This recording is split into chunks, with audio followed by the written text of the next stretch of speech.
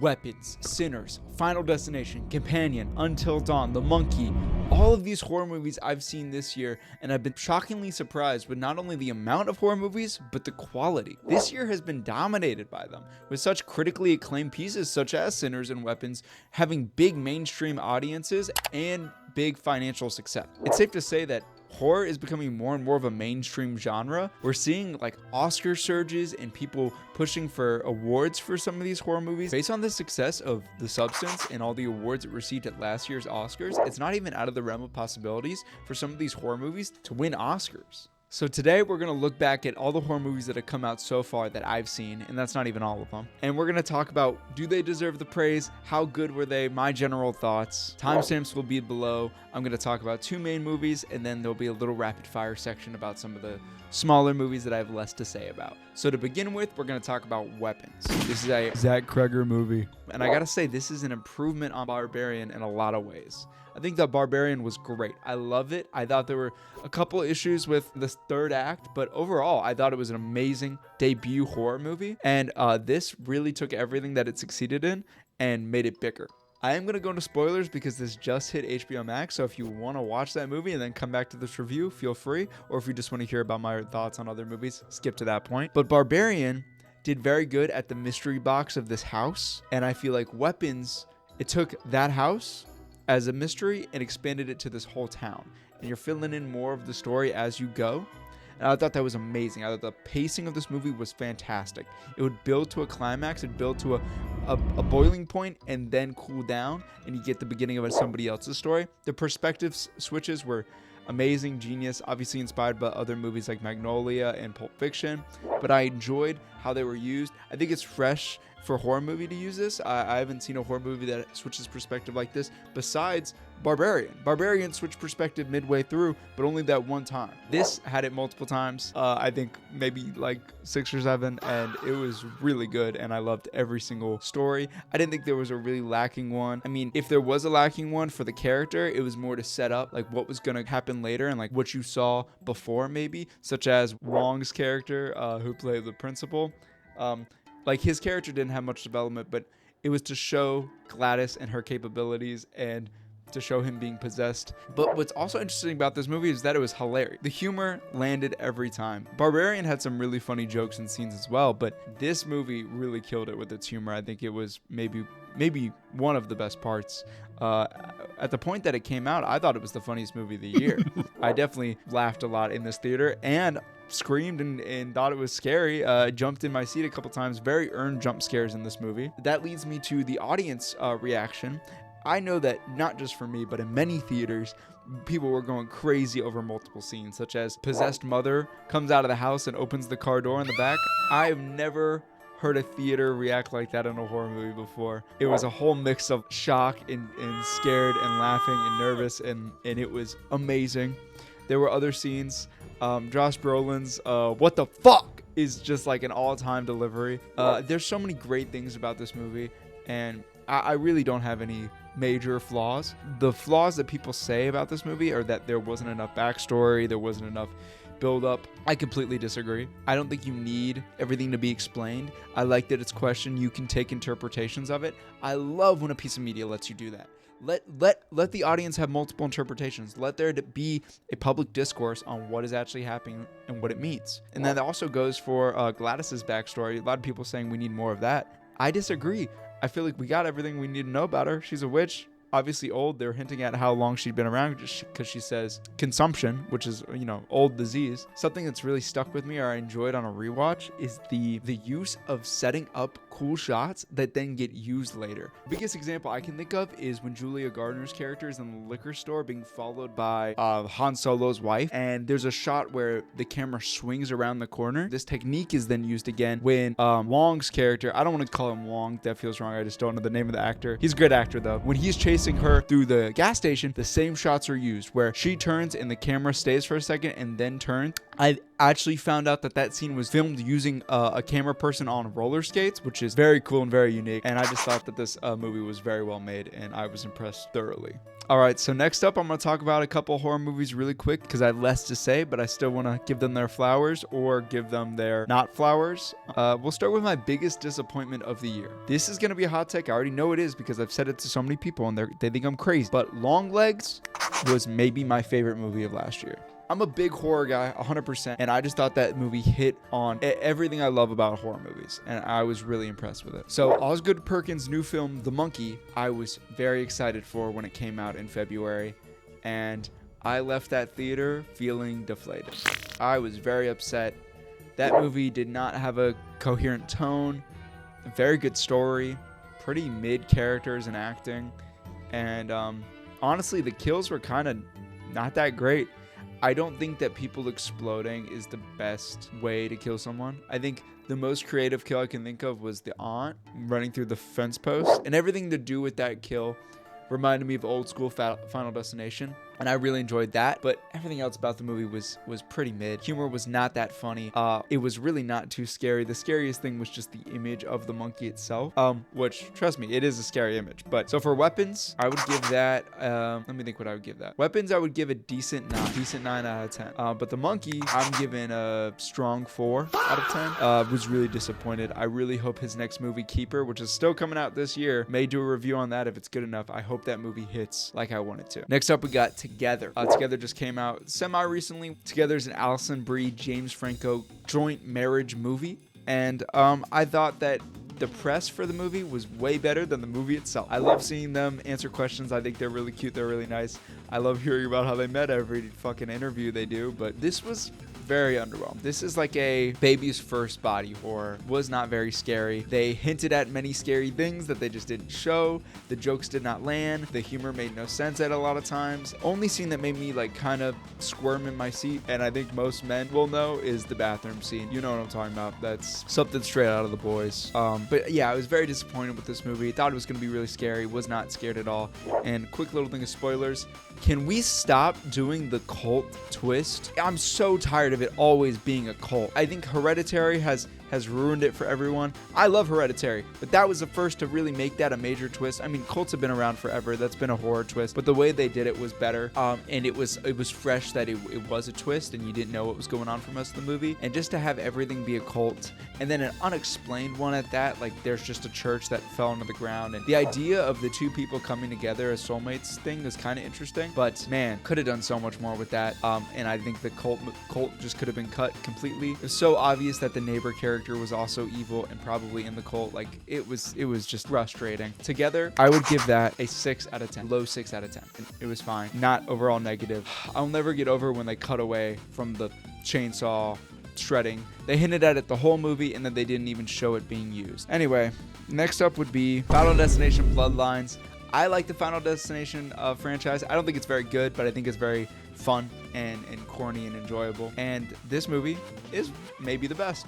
I think it's fantastic. It has one of the best send-offs for a recently passed like human being with Tony Todd's character. With Tony Todd's character, I think those words were beautiful.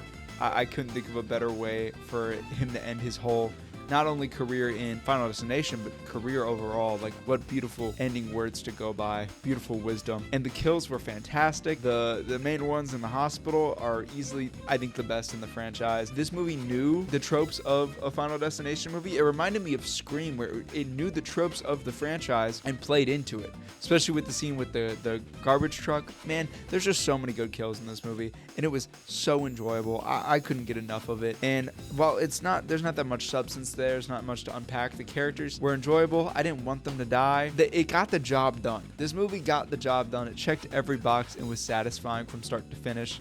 Just didn't do anything super spectacular. It's a Final Destination movie, so I'm not going to give it too high, but I'm going to give it a low 8 out of 10. A low 8. I don't think anything that's like, just kind of job is to be enjoyable, go along for the ride. I don't think it could be too much higher than that, but I think that's a perfect score for it. I think it's a great fucking movie. Next, we got Until Dawn. I love the game. I love the franchise, and I was excited for the movie, but then I saw the trailer and I was like, this is a terrible concept. You're doing the exact opposite. Instead of doing characters die permanently, unlike in video games, like most video games, characters come back. But in this game, characters died permanently. Your actions have consequences.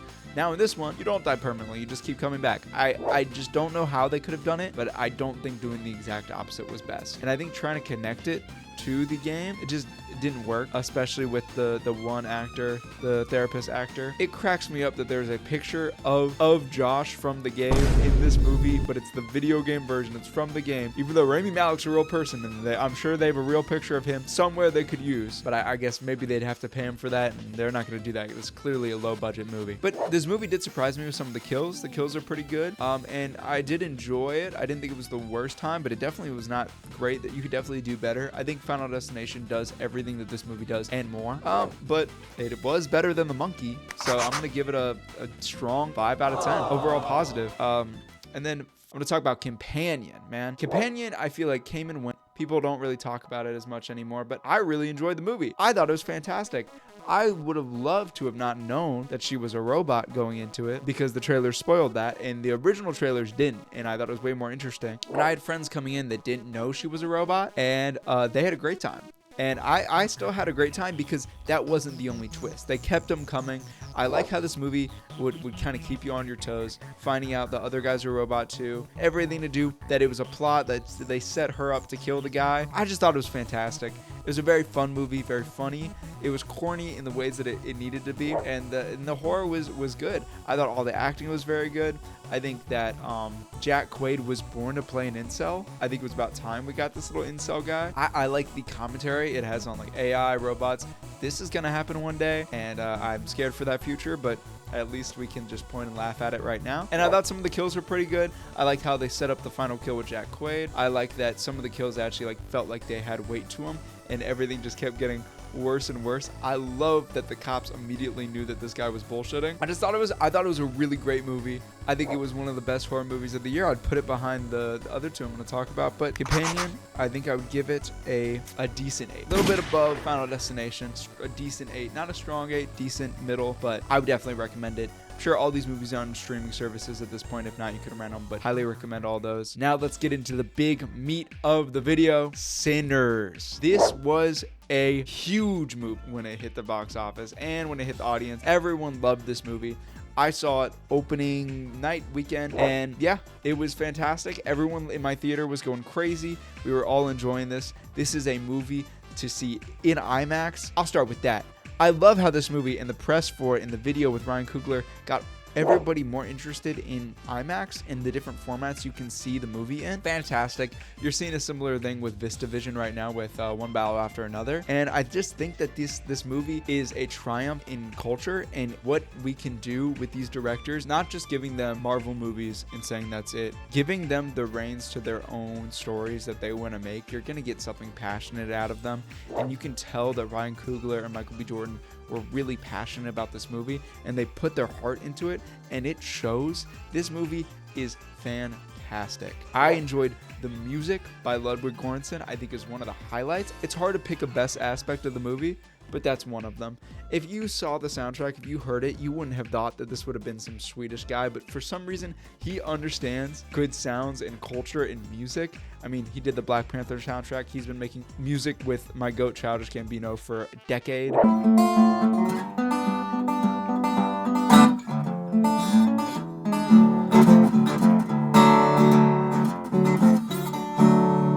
This is a guy who knows his stuff, and I think he's the best modern composer we currently have. This guy is a fresh talent that is just, his stock and resume is just building. What I gotta say about the story itself is I think it had a lot to say about culture vulture type of deal and colonialism, but not just in a simple white and black. I like that villain, Remick, was an Irishman who also got his culture assimilated, so we can assume that the vampires had been around way before that as well.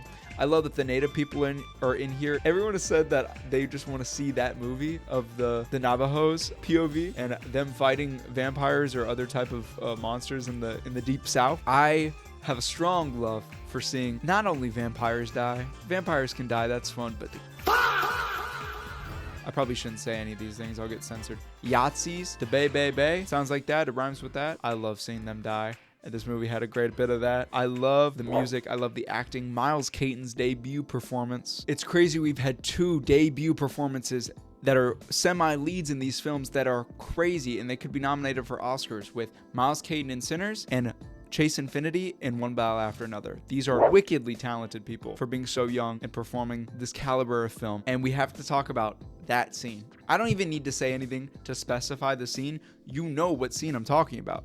I know you know what scene I'm talking about. That scene may be the best scene of the year.